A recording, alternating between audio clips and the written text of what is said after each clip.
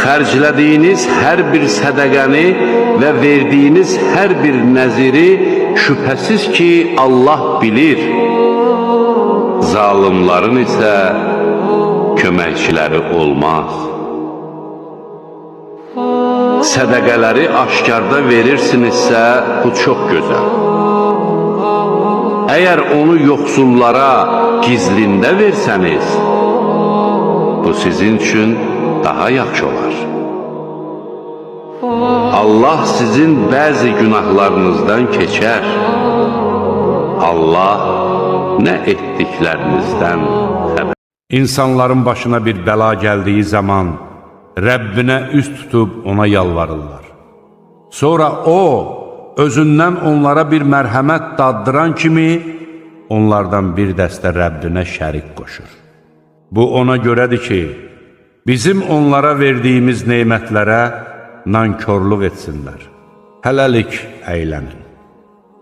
Tezliklə biləcəksiniz.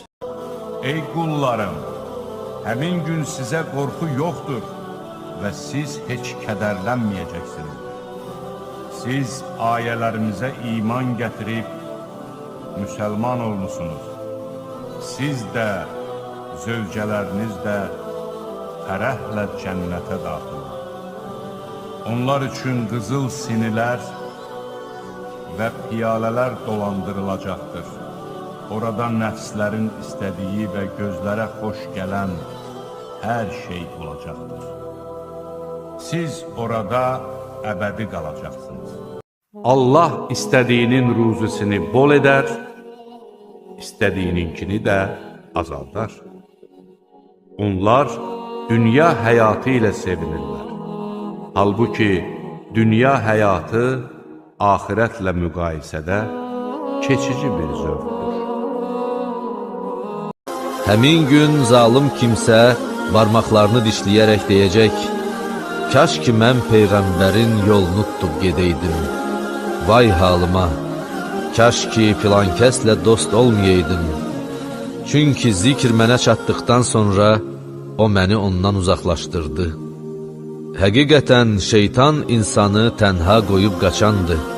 And olsun əncirə və zeytuna, and olsun Sinay dağına, and olsun bu təhlükəsiz şəhərə. Biz insanı ən gözəl surətdə yaratdıq. Sonra isə onu aşağı qatların ən aşağısına qaxacağıq. İman gətirib xeyirxah işlər görənlər istisna olmaqla, onlar üçün tükənməz mükafat hazırlanmışdır. Bundan sonra dini yalanlamağa səni nə məcbur edir? Məyər Allah hakimlərin ən üstünü deyilmi?